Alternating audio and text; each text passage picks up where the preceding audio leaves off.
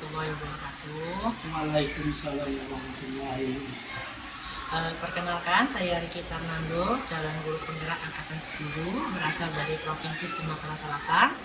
Saat ini saya bertugas di SD Negeri 248 Palembang untuk memenuhi tugas demonstrasi kontekstual pada modul 3.1 mengenai topik pengambilan keputusan berdasarkan nilai-nilai kebajikan. Saat ini saya sudah bersama dengan pimpinan di tempat saya bertugas, yaitu Bapak Zulharman SPDMM. Selamat siang Bapak. Selamat siang. Jadi pada kesempatan siang hari ini saya izin untuk melaksanakan wawancara terkait dengan modul yang saat ini saya pelajari. Ya. Iya. Untuk yang pertama Pak, izin bertanya terlebih dahulu. Selama Bapak bertugas khususnya di sekolah kita di SD Negeri 248, apakah ada Bapak alami contoh kasus di sekolah ketika Bapak dihadapkan dengan permasalahan terhadap murid di sekolah kita ya Pak ya, yang merupakan salah satu contoh dari kasus di lingkungan kita Pak? Iya. Terima kasih Pak Riki. Sebenarnya di mana tempat kita bekerja itu selalu ada mempunyai masalah. Tetapi masalah itu bisa diselesaikan dengan memecahkan masalah. Contoh, kalau seandainya anak itu dia punya masalah bisa, baik masalah di sekolah atau masalah keluarga, inilah kita yang harus bisa. Terutama ya kebanyakan masalah anak ini masalah keluarga. Contoh, anak ini jarang sekolah karena kita survei adalah karena masalah keluarga. Ternyata dia ini ingin sekolah, tetapi keluarga tidak mendukung. Ini yang perlu kita berusaha. Kalau menghadap anak ini, walaupun dia memang tidak sekolah, jarang sekolah, tetapi dia punya masalah, kita tanya masalah. Seandainya di dalam permasalahan itu tidak bisa diselesaikan benar, contoh, kalau 1 tahun memang namanya ada, tapi kalau dia tidak pernah sekolah, itu tanda tanya besar. Tetapi kalau dia seandainya di dalam proses pelajaran 1 tahun itu dia kadang sekolah, kadang tidak, atau dia ikut ulangan, itu punya pertimbangan. Atau lebih baik lagi orang tuanya menghadap permasalahan terhadap anaknya, kita selesaikan. Itu pun bisa.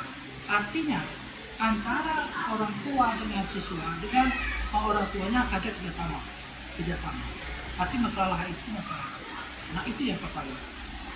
Kedua, kalau seandainya menghadapi untuk nilai anak itu namanya nilai ya sekarang kurikulum merdeka. Kurikulum merdeka itu Pak Riki itu wajib seharusnya naik. Tetapinya ada tetapi. Nah tetapi itulah kalau memang tidak ada komunikasi antara orang tua terhadap sekolah terhadap anaknya, nah itu yang kita pertimbangkan. Apakah orang tuanya membuat surat perjanjian atau surat pernyataan untuk akhir di nilainya? Apakah orang tuanya akan mendukung untuk akan datang? Apakah bagaimana? Inilah yang harus kita pertimbangkan.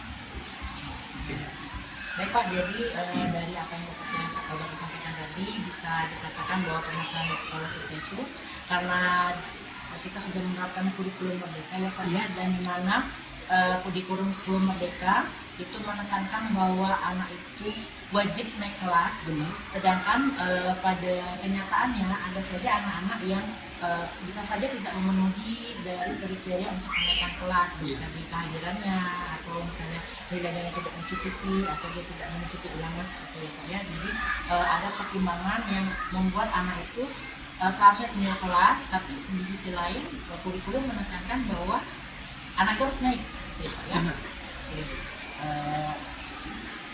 Selanjutnya Pak izin bertanya ya Pak ya, bagaimana Bapak bisa mengidentifikasi Pak kasus-kasus itu, termasuk dilema etika, jadi apakah ternyata benar melawan benar atau bujukan moral, jadi benar melawan hal yang salah. Gini, kita lihatkan permasalahan. bisa yang benar itu bisa jadi salah, bisa yang salah itu menjadi benar. Mengapa demikian? Karena kita ini adalah memberikan kejujuran. Kejujuran inilah, apa yang kejujuran? Lihat di absensi anak itu. Apa permasalahan itu? Nah, ini yang bilangkan bisa tidak menjadi benar, menjadi benar. Bisa jadi benar, tidak jadi benar. Apa kesalahan kehadiran itu? Inilah perlu kita dengan kerjasama dengan orang tua. Tidak bisa ditinggalkan Pak Riki, tidak bisa ditinggalkan itu. Kalau itu ditinggalkan tidak bisa. Itu harus kita dengan bisa. Berarti apa namanya cara mengidentifikasi kasusnya itu yang pasti melihat dari salah satu faktor pendukung, contohnya misalnya kehadiran anak misalnya kehadiran anak sesuai, oh berarti sebenarnya dia itu mungkin ada permasalahan yang akan dikendalikan. Jadi kalau misalnya ternyata tidak masuk, mungkin memang dari anaknya seperti itu ya. Lalu Pak, dari contoh kasus-kasus yang tadi Bapak sampaikan sebelumnya, bagaimana Bapak berusaha untuk menjalankan pengambilan keputusannya Pak? Jadi ketika dihadapkan dengan kasus seperti tadi, ketika Bapak ingin mengambil keputusan yang mana yang baik, bagaimana prosedurnya seperti itu Pak? Gini, permasalahan itu bisa kita jadi keputusan yang benar, bisa menjadi keputusan yang tidak benar. Yang mana yang tidak benar? Kalau memang anak itu memang dia fatalnya dalam kasus-kasusnya yang tersebut dan orang tuanya tidak peduli dengan ini, sudah panggilan, sudah catatan legenda, itu bisa jadi fatal. Tetapi kalau anak itu memang salah, tetapi orang tuanya peduli orang tua mengakui bahwa oh anak seperti ini seperti ini, dan juga orang tuanya menyanggupi untuk akan datang kemajuan anaknya, itu boleh diambil nilai positif, itu positif. Iya. Berarti apa namanya, dari informasi yang tadi saya dapatkan, berarti Pak kita lihat dulu kasus anaknya dulu ya. Jadi apakah kasus anak tersebut bisa kita ambil nilai benarnya, atau memang benar-benar salah seperti itu ya. Ya baik Pak, saya izin melanjutkan berikutnya Pak ya. Lalu apa namanya, tadi kan sudah Bapak ceritakan bahwa lihat kasusnya, terus apa namanya, apakah nanti bisa kita ambil sebuah permasalahan yang sama-sama benar ketika kita ambil keputusan atau keputusan yang salah seperti itu Pak ya. Lalu menurut Bapak apakah apa saja hal-hal efektif yang akan Bapak lakukan selama Bapak menghadapi kasus-kasus yang seperti kita bahas tadi Pak, terutama kasus dengan kita, maksudnya misalnya dihadapkan dengan kasus yang tadi ya Pak ya, yang tadi kehadiran tadi ya Bapak ya, hal efektif apa yang akan Bapak lakukan sebelum mengambil keputusan untuk diberikan kepada anak tersebut? Inilah kita harus punya catatan, namanya catatan seperti legenda sekolah kan, ya kan, buku legenda. Berarti kalau dia sudah punya catatan legenda sekolah, berarti dia harus perhatian khusus. Nah ini yang kita perhatian khusus ini, kita bawa terus kesalahannya yang menyalahkan itu untuk yang benar. Apabila sudah kita inikan pembinaan khusus, perhatian khusus, dengan dia masih punya anak kedua, itu berarti kita amati dari buku legenda atau bisa dikatakan jurnal harian anak tersebut ya Pak ya. Artinya bisa kita tanya dengan guru kelasnya dulu seperti itu Pak ya. Keseharian anak itu seperti apa, apakah memang bisa diberikan keputusan yang A atau B seperti itu Pak. Lalu Pak, selama menerapkan keputusan yang kita akan langsung berikan kepada anak itu Pak, selama Bapak mengalami masalah tersebut, kira-kira tantangan yang Bapak hadapi itu seperti apa sih? ini yang menarik. Tantangan itu adalah yang sangat tinggi terhadap orang tua. Banyak orang tua tidak menyetujui adalah yang apa yang dilakukan oleh sekolah. Karena anak ada orang tua itu ada menang sendiri menyatakan bahwa anaknya benar, tetapi anaknya tidak benar. Ini yang tantangan bagi sekolah ini. Banyak orang tua tidak memperhatikan anaknya. Katanya anak aku benar, anak aku benar seperti ini, tapi kenyataan di sekolah anak tidak benar. Ini dari tantangan kita. Tantangan terbesar itu adalah bagaimana menyamakan persepsi antara pihak sekolah dengan orang tua itu banyak. Jadi kalau misalnya ada suatu permasalahan tentang anak, belum tentu orang tua itu sepakat dengan apa yang kita putuskan kepada anak seperti itu. Misalnya anak itu diberikan hukuman, oh ternyata orang tuanya belum sepakat seperti itu, kurang berkenan seperti itu. Lalu untuk permasalahan-permasalahan seperti tadi ya Pak, yang akhirnya akan diberikan keputusan seperti itu. Apakah keputusan yang Bapak ambil itu langsung setelah melihat permasalahannya langsung diputuskan apa saja yang harus dilakukan, atau ada prosedur-prosedur atau tahapan-tahapan yang Bapak ambil dulu, misalnya misalnya di kasus ini melakukan proses alun atau beda? Untuk mengambil suatu keputusan kita pasti punya tahapan. Tahapan inilah yang kita inginkan. Kalau seandainya anaknya malas, tahapan apa yang kita inginkan? Apa yang kita harus supaya anak dia tidak malas? Kalau dia tidak malas, sudah bisa dia mengikuti pelajaran. Mengikuti pelajaran pun dia belum tentu bisa mengikuti pelajaran. Iya kan? Nah itu tahapan. Seperti itu. Nah itu ya.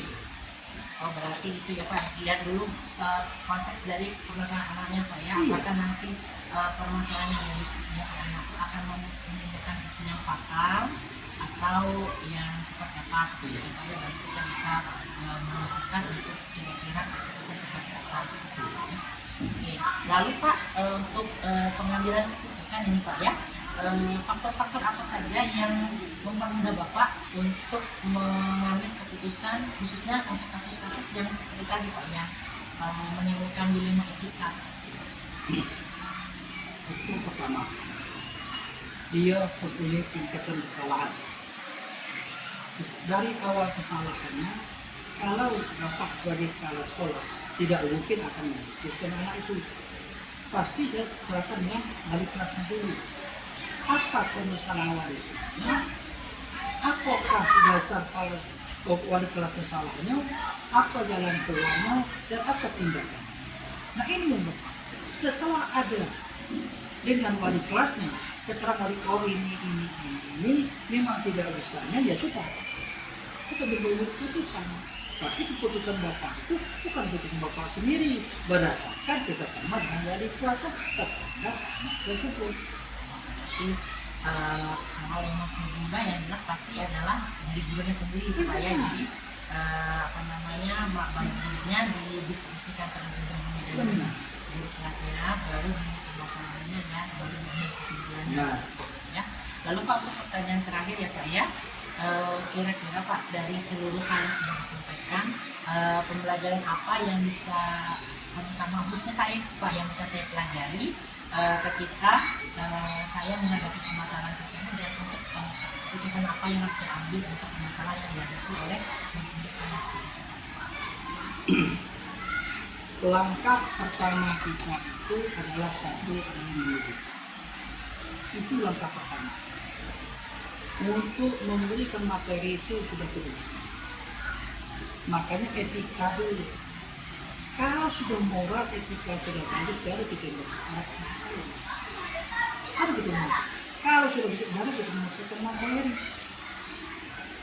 Kalau sudah nyampe materi, berarti sudah begitu, baru dia menerima.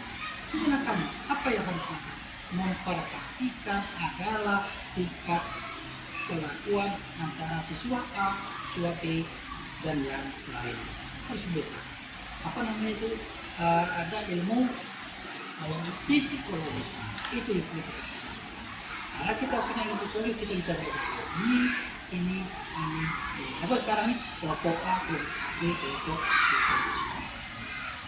C. bukti Pak dari hal yang bisa dialami seperti dikatakan tadi, berarti pembelajarannya adalah sebelum mengambil keputusan kita lihat dulu permasalahannya dan anaknya seperti apa ya Pak ya, anaknya dulu seperti apa dan kira-kira keputusan apa yang paling meminimalkan resiko kerugian seperti baik bagi siswa tersendiri maupun bagi pihak sekolah seperti itu.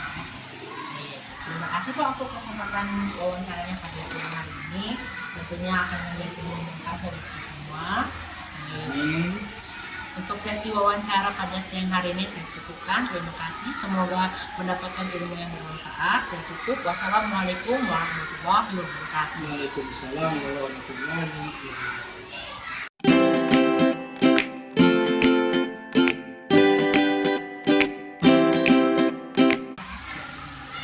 Assalamualaikum warahmatullahi wabarakatuh. Waalaikumsalam warahmatullahi wabarakatuh. Perkenalkan, nama saya Riki Tamelu.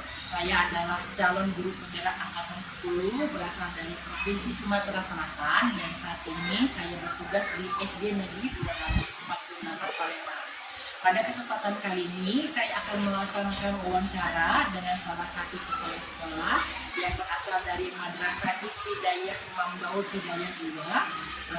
Kebetulan beliau hari ini bisa saya temui. Dan ini adalah tugas untuk memenuhi demonstrasi kontekstual pada modul 3.1 pengambilan kesimpulan berdasarkan nilai-nilai pembelajaran. Sebelumnya saya sapa dulu Bu, apa kabarnya hari ini? Alhamdulillah Pak Riki sehat. Bagaimana Pak Riki? Alhamdulillah Bu, saya sehat. Jadi ya Bu, pada kesempatan siang hari ini saya akan sedikit memberikan pertanyaan seperti itu ya mengenai pengambilan keputusan berdasarkan nilai pembelajaran seperti yang saya sampaikan sebelumnya ya. Untuk pertanyaan pertama itu saya bertanya, jadi di sekolah ini apakah ada Bu contoh kasus di mana ketika ibu menghadapi permasalahan tentang anak di sekolah ibu yang merupakan salah satu contoh kasus dari diri kita? Begini Pak Riki ya, di setiap sekolah itu pasti mengalami dilema etika. Bagi anak-anak yang mengalami seperti itu, kan ada anak-anak yang dia ini bisa belajar dengan topik itu, kita kembali juga ke sisi keluarga. Ada anak itu yang dia memang pintar, tapi oleh karena keluarganya ada yang kelompok-kelompok segala macam, jadi kita menanggapinya, kita tidak bisa mengikuti bahwa anak itu yang masalah. Jadi kita panggil dulu secara seperti ini, maka apa permasalahannya, karena hidup anaknya kita, tetapi dia tidak bisa belajar dengan itu. Setelah kita panggil anak itu, ternyata dia mempunyai masalah keluarga. Jadi kita juga selalu mengerti bahwa anak ini harus ya kita begini lah, kita tidak bisa kita tidak bisa. Pokoknya kita sebagai guru harus ada kerjasama kepala sekolah, guru dan pihak sekolah. Jadi bekerja sama antara kepala sekolah menanyakan dengan guru tentang anak, lalu nanti guru ini berkomunikasi dengan walinya. Jadi kalau yang informasi yang saya dapatkan dari jurusan bahwa di sekolah yang saat itu ada kasus anak yang sebenarnya anak tersebut memiliki kemampuan akademis yang bagus ya, tapi dia punya faktor keluarga yang bagus lah. Apakah sebelumnya apakah faktor-faktor tersebut mempengaruhi dengan hasil akhir dari pembelajarannya? Kalau sebelum dia punya masalah di rumahnya, anak ini tergolong pintar. Jadi setelah hari-hari yang sering bertemu dengan anak itu kan adalah guru. Jadi setelah dihadapinya kenapa anak ini punya masalah ini ditanya, jadi guru pun berkomunikasi dengan kepala sekolah. Jadi kami tidak bisa memutuskan satu pihak, jadi rapat panggil beberapa guru untuk menyelesaikan ini. Jadi itu tadi dikatakan dengan guru harus berkomunikasi dengan orang tuanya semenjak kapan anak ini mengalami seperti ini atau pendalaman segala macam. Awal-awalnya tidak ada masalah, terus akhirnya kok dia sering akhirnya guru harus bertanya, kenapa dia anaknya nangis, kenapa nangis?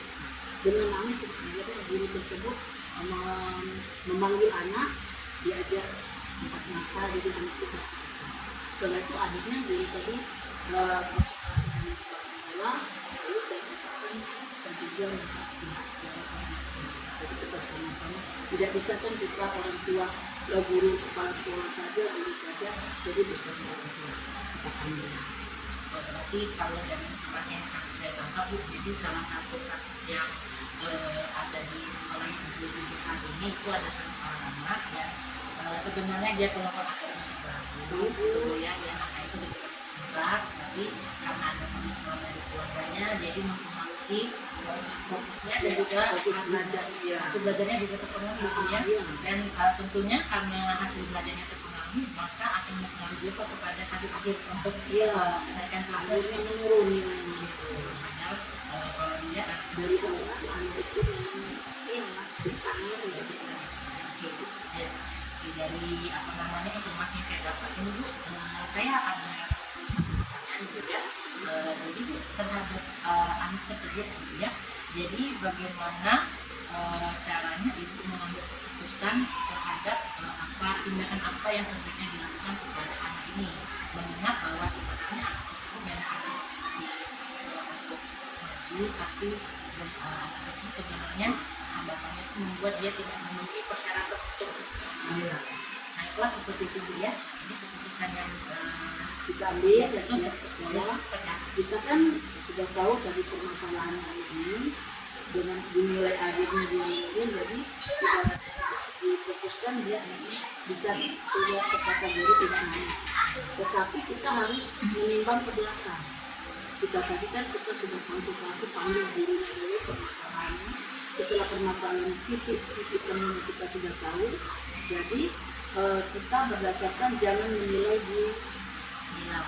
di belakangnya, menilai dari awal, harus menilai dari belakang. Anak itu tidak mungkin. Kenapa dia langsung nilainya berat? Jadi kita harus menentukan nilainya. Kita harus menaikkan anak tersebut. Kita tidak bisa memutus bahwa anak ini tidak bisa naik, tidak, karena kita melihat dari awal anak ini memang ada potensi, lalu di akhirnya karena ada permasalahan rumah tangga, keluarganya, ayah ibunya, jadi anak ini otomatis itu.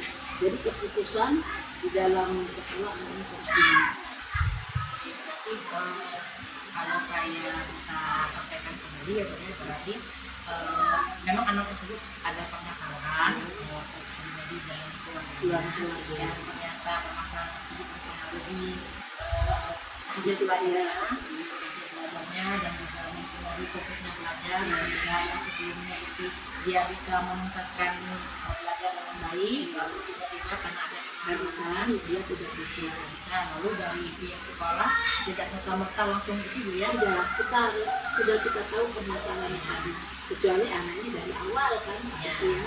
Tapi karena dari awalnya anaknya bagus, di akhirnya karena dia punya problem, kita sebagai guru tidak bisa memfokus ke anaknya dan tidak menjadi kita harus melakukan.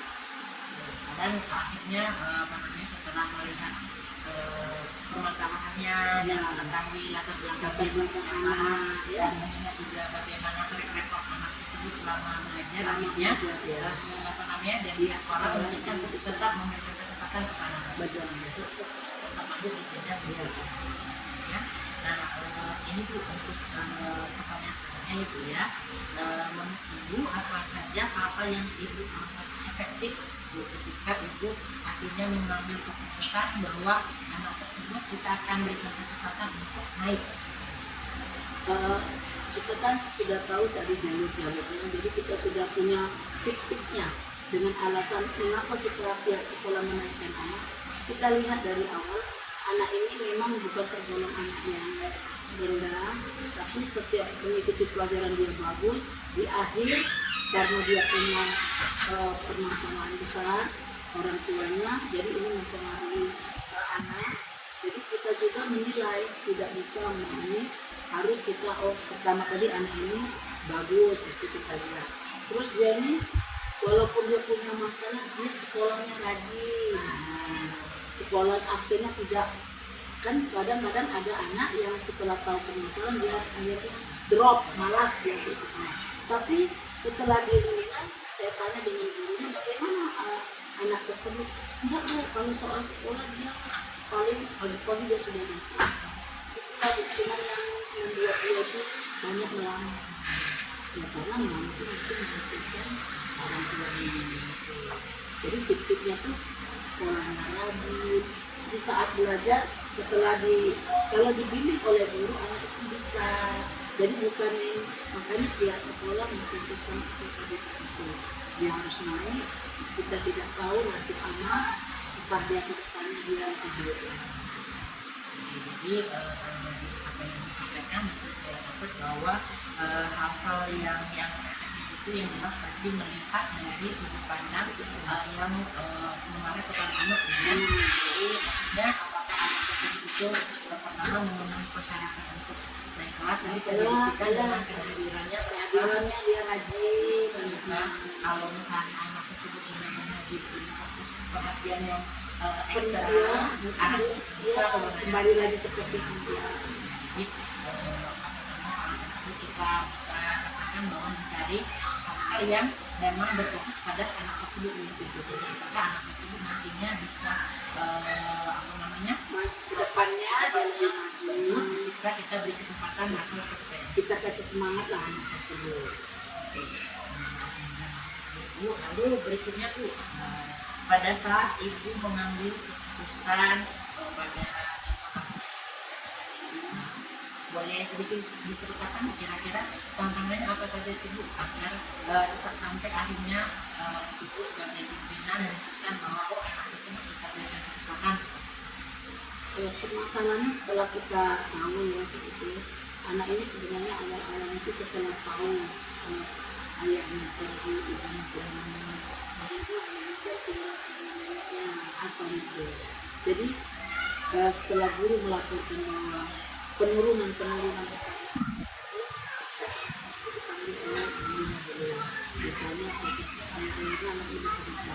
lalu kita tidak bisa memutuskan kan kita panggil orang tuanya. Jadi ada sunnah. Jadi saya bilang kalau panggil orang tuanya melalui surat ajukan surat pertama. Ternyata surat pertama itu masih emosi tidak mau datang. Maksudnya masalah seperti itu teruslah menurut istrinya saling. Jadi akhirnya surat pertama itu tidak dipenuhi, tidak diindahkan. Jadi ditanya, Nak surat kemarin sudah Bu, Bapak Ibu saya tidak bisa datang. Oh ya sudah. Lalu kita tayangkan ke surat kedua. Surat kedua alhamdulillah ibunya yang datang. Mungkin dia merasa karena dia cepat, jadi dia saya bilang sangat hidup ini menjadi perbedaan. Tapi ibu percayalah bahwa Tuhan itu juga. Setelah ini ibu jangan putus asa, ibu harus memberi semangat kepada Tuhan. Kita tidak tahu mana harapan kita ada di mana. Jadi orang tua tadi, ya. Jadi ibu harus tetap semangat dengan anak ini karena anak ini masa depan bangsa. Dia jadi. Jadi katanya lagi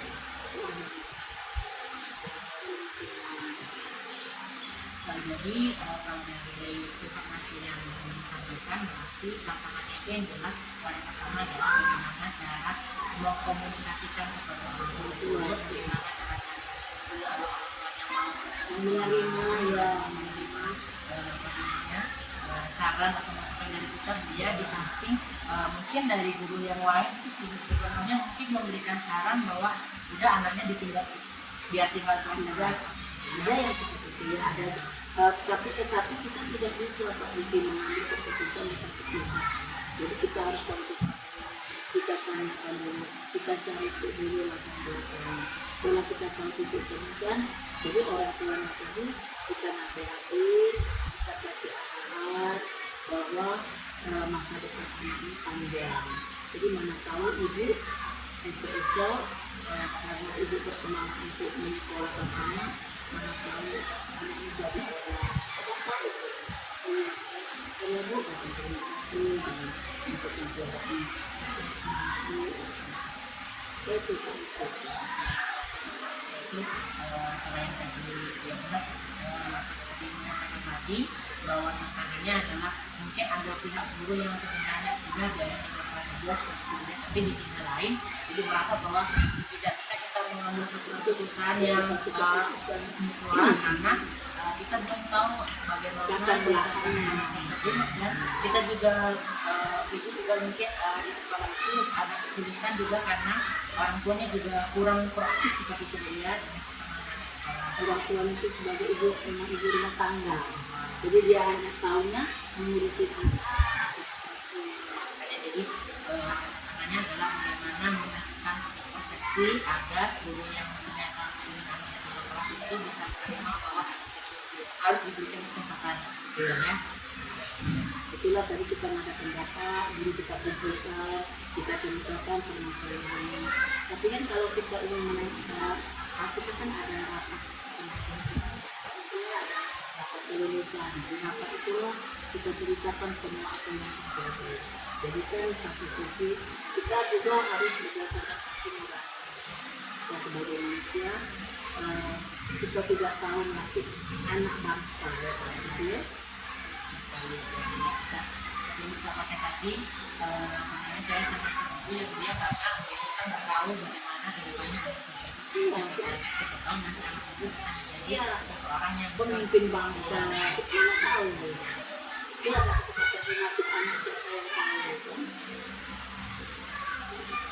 Ya, lalu izin Bu ke pertanyaan selanjutnya ya. Jadi untuk pertanyaan selanjutnya Bu, untuk permasalahan seperti ini kita seperti yang jadi sekarang masih ada percobaan masing-masing ya. Yang muncul lagi adalah apakah ketika ibu menghadapi permasalahan tersebut ibu langsung menyelesaikannya di saat itu juga atau ibu ada jadwalkan terus bagaimana kurang lebih prosesnya seperti itu.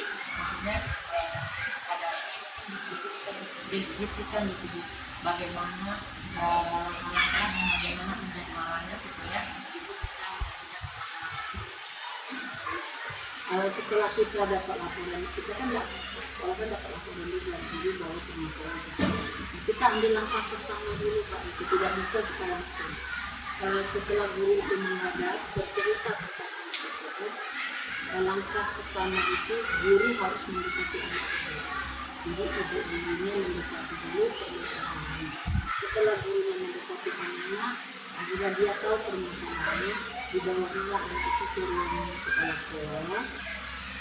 Dia katakan bahwa pertama anaknya memang pertama betul-betul takut. Jadi dalam cara kita mengerti anaknya, kenapa nih tidak mau ibu tidak mau, ya bagaimana? Jadi kita mengambil dari dia dulu, dan ada langkah-langkah pertama pendekatan guru kepada anak.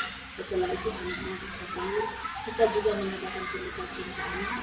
Akhirnya anak itu kan dengan kita ajak ngobrol-ngobrol, bagaimana pergi sekolah, siapa yang antar, gitu kan? Kalau pagi-pagi siapa yang bangun? Anak bercerita, ini oh iya. Nah kalau sudah dibangun, itu kalau sudah dibangun, masuk apa ya? Mungkin mandi ibu, apa? Kita adakan pendekatan. Setelah dengan anak kita tahu cerita dari anak, itu langkah itu kita panggil orang tua. Kita tidak bisa menyelesaikan ini bersama, tidak bisa. Jadi kita ajak pihak pertama, pihak kedua, dan pihak ketiga. Jadi kalau boleh saya sampaikan itu ya tadi adalah untuk permasalahan sistem ini kita permasalahan yang bisa kita selesaikan itu juga ya ada tahapan yang bisa dipilih ya. Yang pertama tadi yang dilakukan adalah jelas mendengarkan kasus tersebut dari pihak guru itu punya menyampaikan apa yang menjadi terjadi ya dengan terhadap masalah tersebut ya. Lalu setelah mengetahui permasalahan dari gurunya ibu juga lalu mengatur jadwal bagaimana caranya melalui si anak Ya, cerita seperti itu. ngobrol bersama anak bersama guru, akhirnya anak itu berani. Ada dua sudut pandang yang Ya. berbeda. Lalu setelah itu baru ibu coba panggil orang tua Orang dari tuanya. akhirnya mendapatkan banyak informasi yang cukup. Setelah itu baru memutuskan untuk membuat keputusan yang paling baik yang bisa meminimalkan banyak kerugian ya. Jadi itu yang Bu, lalu berikutnya Bu, untuk pertanyaannya, pada saat Ibu akan mengambil keputusan terhadap contoh kasus-kasus ini, tadi, kira-kira siapa saja Bu atau faktor-faktor apa saja yang tentunya akan mendukung Ibu ketika Ibu akan mengambil suatu keputusan terhadap permasalahan yang Ibu hadapi sekarang? Keputusan yang akan kita ambil itu kan tadi yang saya katakan itu kita memberikan rapat bersama guru, permasalahan mereka kan satu persatu guru melakukan yang naik dan tidak naik gitu kan. Nah disitulah guru bercerita bahwa anak ini tidak naik Bu. Nah karena tidak naik kita tanya alasannya apa ini tidak naik. Lalu guru bercerita, oh kita katakan jangan langsung diponis. Nah, kita harus fokus ke dulu kemana arah anak ini harus diapakan. Jadi dibilang sama guru kenapa ambil keputusan tidak ini, kita harus melihat ke belakang masalah. Setelah akhirnya dia bercerita, terus ada lagi guru ya karena kita dalam forum rapat kan banyak guru ya. Kebetulan ada guru yang kebetulan tetangganya, terus dia bilang begini kita kasihan ibu. Akhirnya beberapa orang guru kita ambil keputusan, kita tidak, terus saya katakan kepada guru tidak bisa kita memvonis, kita tidak kan kalau saya nih Pak itu kembali ke anak-anak bangsa. Jadi harapan kita kan yang sudah berumur, kita akan pensiun, jadi siapa lagi yang akan menggantikan? Kalau anak ini sudah kita dead, kamu tidak naik, akhirnya dia drop. Saya tidak mau belajar, tidak mau kita kasih kesempatan, berarti saya harus pintar, sampai belajar, saya akan menggantikan guru-guru yang mana kalau dia ada cita-cita untuk menjadi guru, bisa menjadi menggantikan guru. Karena kita kan akan pensiun, jadi anak-anak bangsa ini kita tidak bisa memfokus ke anak tersebut, walaupun dia punya permasalahan apa, kita harus menjadi sehingga anak itu punya semangat lagi. Begitu saya harus belajar dengan kuat, harus belajar semangat, pokoknya harus biar saya akan menjadi anak-anak bangsa yang baik. Itu boleh saya berarti faktor yang menjadi hal yang mempermudah ibu dalam keputusan tentunya adalah faktor mengenai bagaimana anak tersebut ibu ya, bagaimana anak tersebut kesehariannya dalam mengikuti kegiatan ibunya. Jadi bisa kita jadikan sebagai acuan bahwa anak tersebut bisa kita berikan dan satu lagi pertanyaan kedua saya dari semua hal yang tadi ibu sampaikan ya, kira-kira pembelajaran apa yang bisa kita petik sama-sama dari apa yang ibu lakukan ketika mengambil keputusan khususnya untuk permasalahan kasus ini ketika saat ini. Untuk mengambil keputusan ini itu yang saya katakan tadi, kita harus melihat langkah-langkahnya, awal-awalnya apa yang terjadi dengan si anak, lalu kita mengambil keputusan. Kita tidak bisa memfokus bahwa anak ini harus begini. Mana tahu dengan adanya permasalahan di rumah dan di keluarganya, ya ini anak ini menjadi kadang-kadang semangat timbul dengan adanya orang ketiga yang membimbing dia. Kalau di rumah kan dia sudah fokus, ya sudahlah orang tua saya ini berpikir katakan itu apa saya sekolah. Nah, tapi dengan adanya bimbingan tadi, saya katakan juga dengan guru bahwa anak ini harus dikasih semangat, harus dibimbing, harus dinasehati setiap hari, diberi bahwa harus belajar semangat. Bangsa ini membutuhkan kami. Ya, pembelajaran kita dari kasus yang kami ceritakan tadi, kita tidak bisa langsung memvonis dan memberikan satu keputusan sepihak yang untuk apa namanya itu tepat atau belum tentu berpihak kepada anak Iya, sesuai dengan anak. ya, karena kita tidak tahu latar belakang anak tersebut seperti apa ya. Kalau saya punya prinsip itu, anak-anak itu adalah harapan bangsa. Itu kita. Mas, ya, saya sangat sepakat sekali bu dengan karena kalau kita nanti siapa lagi Nah, itu siapa lagi akan menggantikan kita. menjadi generasi penerus. Ada pepatah, apa tumbuh bilang berganti. Nah, kalau mereka sudah hidup, siapa yang akan mengganti? Lalu, terima kasih Bu untuk masa waktunya, banyak sekali pembelajaran yang dapat saya dapatkan pada wawancara ini. Sekian wawancara tugas demokrasi kontekstual pada nomor 31, pengambilan keputusan berdasarkan bidang yang dibutuhkan. Semoga bagi teman-teman sekalian mendapatkan pembelajaran dari apa yang disampaikan pada siang hari ini. Kami tutup wawancara pada siang hari ini. Wassalamualaikum warahmatullahi wabarakatuh.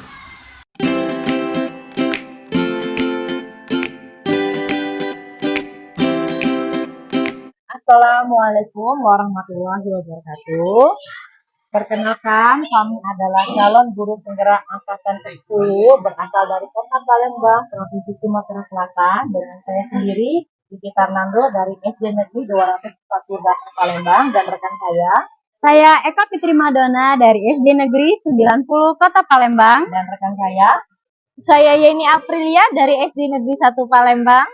Kali ini kami akan berkolaborasi dalam menjalankan tugas demonstrasi kontekstual pada modul 3.1. Kami akan mewawancarai pimpinan di SD Negeri 204 Palembang, yaitu Bapak Ali Kameni. Selamat menyaksikan. Assalamualaikum warahmatullahi wabarakatuh. Waalaikumsalam warahmatullahi wabarakatuh. Hari ini kita bersama dengan Pak Ali Kameni, Kepala Sekolah SD Negeri 204 Palembang. Hari ini Pak, kami mohon izin kepada Bapak bahwa hari ini kami akan melakukan wawancara kepada Bapak sebagai Kepala Sekolah sekaligus pimpinan di SD Negeri 204 Palembang ini Pak. Oke. Jadi adapun tujuan dari wawancara kami kali ini adalah mendapatkan suatu wacana pengambilan keputusan Bapak selama Bapak menjadi pimpinan di sekolah ini. Jadi Pak, ada beberapa pertanyaan yang akan kami ajukan Pak. Izin Pak ya? Boleh. Sekalian kita juga cerita-cerita Pak ya, berbagi dengan kami Pak ya. Boleh. Nah, jadi mungkin selama Bapak menjadi kepala sekolah, tentu saja Bapak bakal dihadapkan kepada hal-hal yang berbenturan nih Pak. Gimana sih Bapak bisa mengetahui bahwa hal-hal tersebut termasuk ke dalam dilema etika atau bujukan moral Pak? Oke. Terima kasih Bu Yeni, Bu Dona dan Pak Riki yang sudah berkenan hadir di sekolah Bapak. SD Negeri 204 ini, alhamdulillah untuk tahun ini sedikit banyaknya siswanya itu sudah sesuai dengan apa yang diharapkan. Tapi memang di sini ada semacam bujukan moral, dilema etika mengenai PPDB ya. Nah, mungkin hampir sama dengan Pak Riki, Bu Dona, Bu Yeni. Di sini ada beberapa orang tua yang secara aturan mereka tuh tidak memenuhi syarat-syaratnya ya. Jadi saking pengennya anaknya bersekolah dan sekolah di sini, mereka tuh menunggu Bapak. Ditunggunya berapa kali menemui Bapak, dan akhirnya kemarin sebelum kita orientasi ya peserta didik, itu mereka langsung menemui Bapak dan semacam memperlihatkan undang-undang lah. Hebat masih Bapak di situ kan dilema kita ya enggak. Ada undangnya mengatakan bahwa anak usia sekolah ya harus menerima mereka ya. Nah, tapi karena kita tahu nih aturan kita seperti apa, perwalinya seperti apa, Bapak merujuk kepada di sana bahwasanya di bawah 5,6 usianya ya itu tidak bisa diterima di sekolah.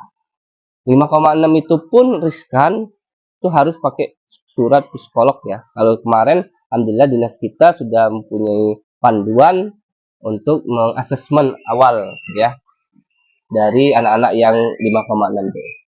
Mereka terus membujuk Bapak lah mengenai Pak aman lah Pak ini segala macam lagi adu ini segala macam.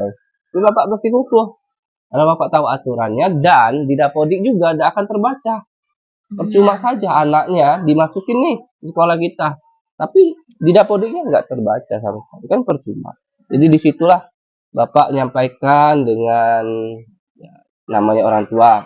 Bapak mengerti juga dengan cara yang pendekatan dengan mereka, memberikan masukan-masukan kepada mereka. Dan alhamdulillah sampai saat ini mereka menerimanya dan mereka mengatakan, Pak, tulis kedua anak aku untuk tahun ini. Oke, tidak apa-apa. Tahun depan ibu meskipun tidak mau daftar online, Pak Ali terima, insya Allah. Karena anaknya pas nih, udah kalau dihitung tahun depan 6 tahun setengah, kan udah bagus sekali itu. Nah, sekarang 5 tahun setengah, harus sekarang. Terus Bapak bilang sama mereka, mau cepet-cepet anak sekolah itu untuk apa? Ya wisuda kana. Nah, ya jadi ke dokter apa anak kan belum. Jadi pas-pasan. Tuh, seperti itu. Berarti dalam pengambilan keputusan Pak Ali mengutamakan komunikasi ya Pak ya? Ya, komunikasi pihak-pihak yang terkait ya. betul. Terus juga komunikasi itu disertai dengan literasi yang telah kita miliki, pegangan nih, regulasi yang harus dimiliki. Jadi kita tidak hanya berkomunikasi kosong nih, Iya. kita punya nih pegangan supaya orang tidak menggoreng kita, ya enggak? Iya, Ya, berarti kan? ada dasarnya Pak ya. Dasar hukumnya, regulasi seperti itu, Bu. Bagaimana Bu Dona? Ada yang mau ditanyakan Bu Dona? Iya, baik, terima kasih Bu Yeni. Mungkin di sini Pak, saya ingin bertanya.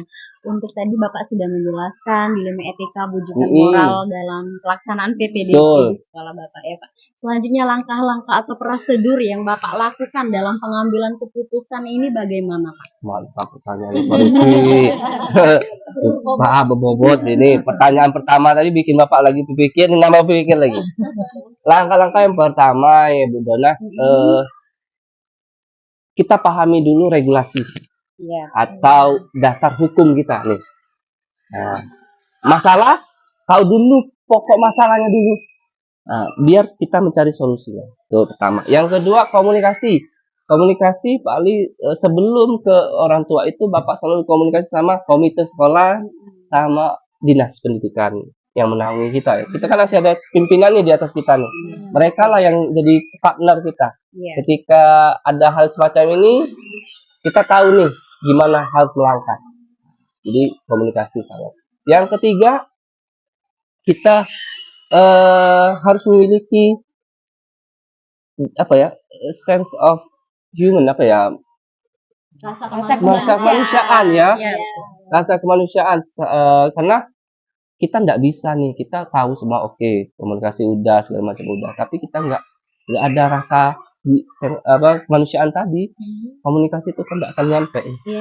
Apalagi orang tuanya lagi panas nih, pengen masukin anaknya, kita dengan ngotot nggak boleh segala macam, kan nggak bisa juga kita. Kita harus melunak, kita harus memiliki bahwa kita itu yang kita hadapi manusia biasa nih. Nah, kita harus apa ya, mendekat lah seperti itu dengan orang tuanya, bukan dekat dan merangkul gitu, tapi bukan dalam tanda kutip merangkul ini ya, agak terkesan yang kayak gimana ya, enggak. Nah, seperti itu Bu. Dan terakhir Bapak komunikasi sama panitia PPDB Bapak libatkan, karena kenapa? Sebelum ke Bapak, mereka juga harus ditemui dulu. Mereka kan udah panitia nih, mereka paham nih sudah. Jadi mereka tuh harus ke mereka dulu nih. Baru nanti baru ke Bapak. Kalau urgent banget. Nah, kalau enggak urgent banget, cukuplah dibatas di mereka saja. Jadi biar ngajari sama teman-teman atau dan kita lah sendiri bahwa ketika kita sudah ada tanggung jawab itu berarti kita harus tahu nih bagaimana caranya menghadapin juga belajar kayak gitu. Seperti itu Bu Dona. Oke, luar biasa sekali ya Pak ya. Pusing nih. Baiklah, untuk pertanyaan selanjutnya Pak, itu adakah Pak tantangan dalam diri Bapak dalam mengambil suatu keputusan di dalam nilai Yang tadi ya PPDB yang tadi. sudah Bapak jelaskan tadi itu? Tantangan terbesar itu nurunkan ego. Iya, Bu. Nurunin ego loh. Susah nurunin ego nih. Kadang kita ketika ada ngegas, kita pasti ngegas ya Pak Riki ya. Iya. Iya kan Bu Yani, benar kan? Manusiawi nih. Nah, tantangan terbesar Bapak itu adalah menurunkan ego Bapak sendiri atau mulai dari Bapak sendiri. Iya. Jadi ketika Bapak bisa nih nurunin ego Bapak, melunak nih ketika orang keras, kita nggak boleh nih keras nih. Kita harus lembutin mereka. Nah, di situ tantangan terbesar Bapak. Yang kedua, bagaimana kita membuat tim ini percaya sama kita. Itu yang susah. Tantangan terbesar. Kenapa Bapak bilang seperti itu? Aduh ngadep misalnya kayak gitu ya. Pasti lolos tuh. Iya. Nah, itu maksud Bapak tuh. Nah, di situ mereka juga Bapak libatin nih. Jadi orang yang masuk dan Bapak tuh yang panitianya atau siapa ketua panitia pasti Bapak ajak. Biar mereka tahu nih posisinya gimana. Dan Bapak ada itu. Waya-waya 50.000, 100.000 untuk apa? Iya. Karena bagi Bapak maaf ya kita ini kan mendidik manusia nih. Kalau bisa kita didik itu dengan cara yang benar. Ya, kalau kita dari awal tidak benar, makanya ke depannya kayak gitu. Iya, Ya, oke, itu benar seperti sekali. itu. Semuanya harus terbuka dan Nah, jelas ya, karena ada tim yang akan Tim, dilaksanakan. betul. Baik, Pak. Pertanyaan selanjutnya, Pak. Jadi kan tadi Bapak menjelaskan permasalahan dalam PPDB. Pada saat Bapak mengambil keputusan itu, adakah jadwal tertentu, misalnya apa Bapak langsung selesaikan di tempat masalah itu, atau Bapak mengulur waktu dulu ada jadwal nantinya seperti itu? Oke.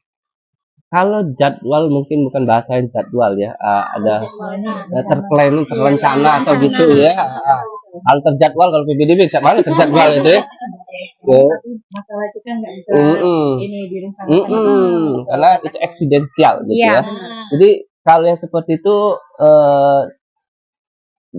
kan gini, kalau Bapak ketika ada masalah seperti itu, Bapak akan suruh ke panitia dulu. Bapak ulur ke sana dulu.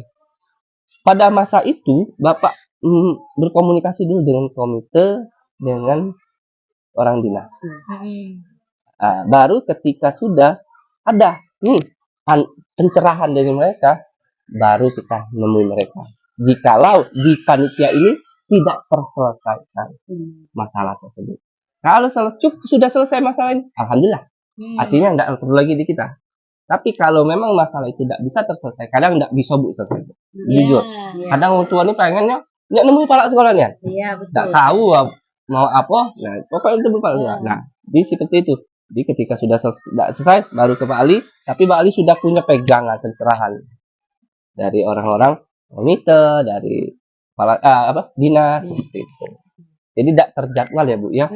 Nah, tapi memang di bahasa Pak Riki ya, tidak terjadwal tapi terencana. Terplanning prosedurnya. Oke. Seperti itu Bu Dona. Oke, baik. Nah, mungkin pertanyaan selanjutnya akan diberikan oleh Pak Pak Riki. Riki, ya boleh. Sejujurnya hampir speechless ya Pak ya, karena obrolannya itu sangat berbobot. Ya lah, enggak salah. Menyambung dari pertanyaan Bu Dona sedikit ya Pak, berarti artinya untuk yang penyelesaian masalah tadi berarti Bapak tidak serta-merta langsung membuat keputusan dalam waktu yang singkat seperti itu ya Pak ya, berarti ada waktunya dulu untuk Bapak memikirkan kira-kira solusinya seperti apa, terus bagaimana nanti menyampaikannya, apa seperti itu Pak? Oke. Benar Pak Riki. Jadi ini pelajaran untuk kita bersama ya. Ketika kita punya masalah, tidak boleh kita langsung mutusin, itu pertama.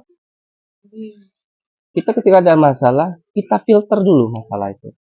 Kita jaring dulu, kita hanya dari sudut pandang ini, sudut pandang ini, sudut pandang ini, sudut pandang ini. Ketika sudah punya nih berbagai macam sudut pandang, baru kita kerucutin nih benang merahnya tuh di mana. Barulah itu akan kita tambahin dengan pandangan kita.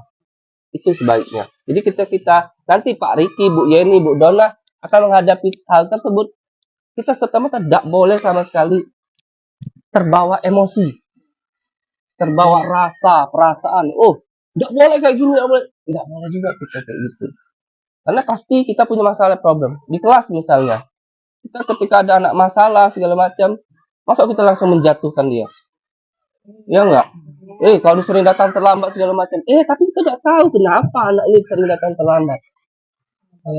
Penyebabnya ini apa? Nah, makanya Bapak sebisa mungkin ketika apalagi yang PPDB tadi, Bapak ngulur dulu waktu untuk kita berpikir dan meminta pendapat banyak orang. Tidak, bukan seluruhnya juga sih yang kita anggap cakap lah. Seperti itu Pak Riki. Hampir ini ya, apa namanya? Apa? Apa bingung gitu.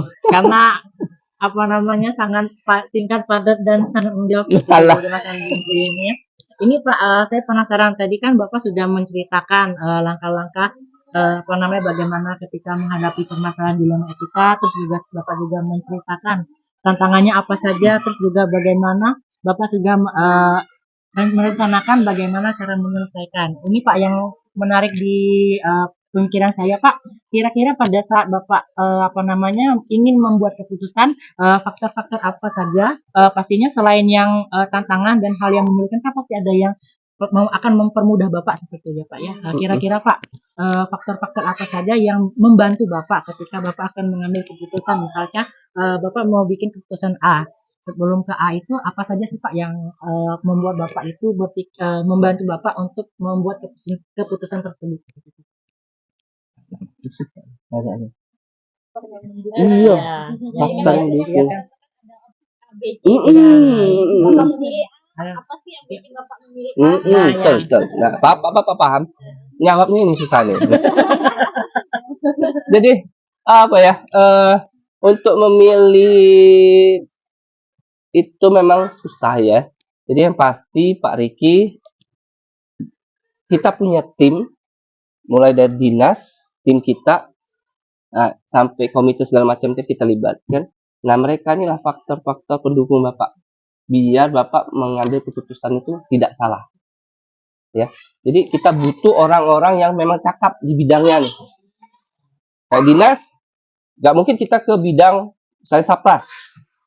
Artinya kita bidang kesiswaan nih. Ya enggak? Artinya kita harus menanyakan ke bidang kesiswaan. Itu alhamdulillah kita jalurnya kita ke situ. Nah, itu membuat Bapak ke sana dulu. Kita minta pencerahan kepada mereka. Terus ke komite. Tidak mungkin seluruh komite yang kita minta pendapat. Ya enggak? Kita ambil yang cakap dan menurut kita visioner nih, dan bisa menyelesaikan masalah ini. Alhamdulillah Bapak terpilih. Kita ambil juga apa solusi dari mereka. Terus panitia, Bapak libatin juga. Panitia ini tidak seluruhnya Bapak libatin. Tapi orang-orang yang menurut Bapak cakap berkompeten di bidangnya. Di Bapak kumpulin, sudah selesai. Nah inilah orang-orang yang mendukung ketika Bapak mengambil suatu keputusan. Seperti itu Pak Riki. Karena tidak bisa kita mengambil keputusan itu karena berdasarkan diri kita aja. Berarti boleh dikatakan bahwa untuk mempermudah Bapak, pas Bapak tentunya ada tim atau rekan gitu ya Pak, yang untuk diajak berkomunikasi dan berdiskusi seperti itu Pak ya. Betul. Oke, ini Pak pertanyaan mungkin terakhir ya. Terakhir ya? Mungkin nanti ada lagi, boleh. Oke. Nanti ini Pak.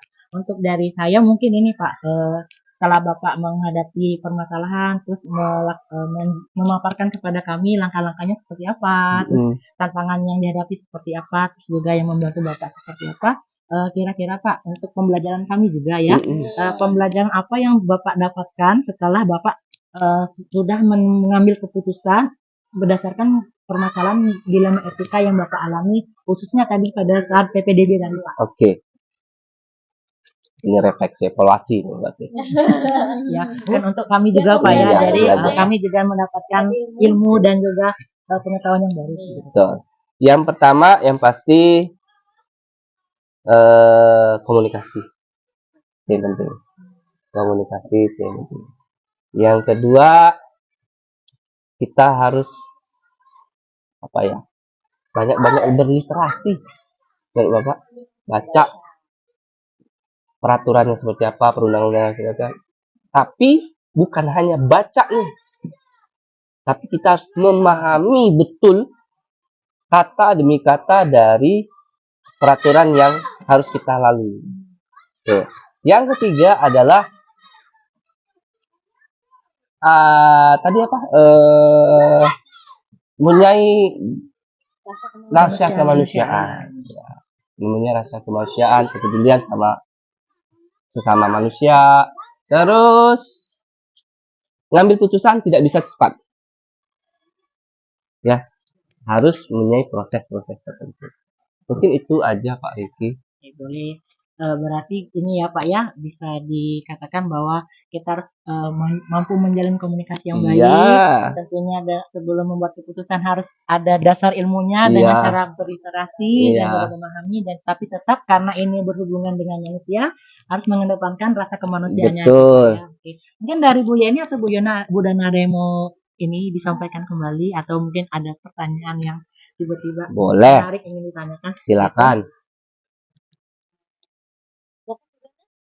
Tidak aman? Aman. Luar Cukup biasa, ya. Pak. Masya Allah. Pertanyaan kita sepertinya sudah terjawab semua ya, Bu Dona dan Bu Yeni. Sekali lagi kami mengucapkan terima kasih kepada Pak Ali sudah meluangkan waktunya untuk kami bisa melakukan sesi tanya jawab ya, sambil mengulik-ngulik gitu Ya. Pak ya. Dan juga menambah ilmu untuk kita di siang hari ini Pak. Kami harap semoga kedepannya ada lagi sesi-sesi seperti ini ya Bu Dona dan Bu Siap. Yeni ya. Jadi Siap. kita tetap komunikasinya terjalan dan ilmunya juga tetap bertambah. Oke, amin. Baik, terima kasih untuk waktunya dan juga semoga apa yang kami lakukan pada ini bermanfaat juga bagi yang menyaksikan. Kami tutup. Wassalamualaikum warahmatullahi wabarakatuh. Waalaikumsalam. warahmatullahi wabarakatuh.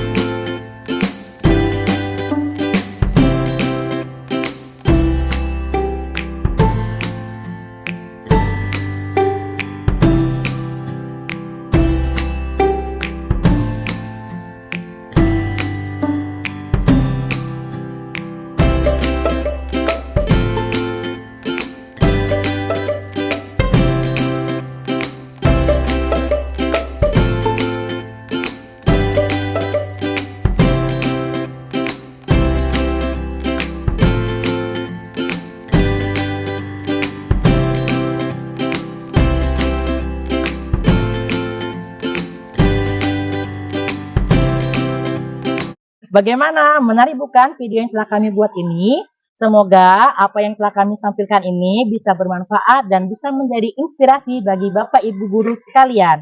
Salam guru penggerak, Tergerak, bergerak. menggerakkan. Wassalamualaikum warahmatullahi wabarakatuh.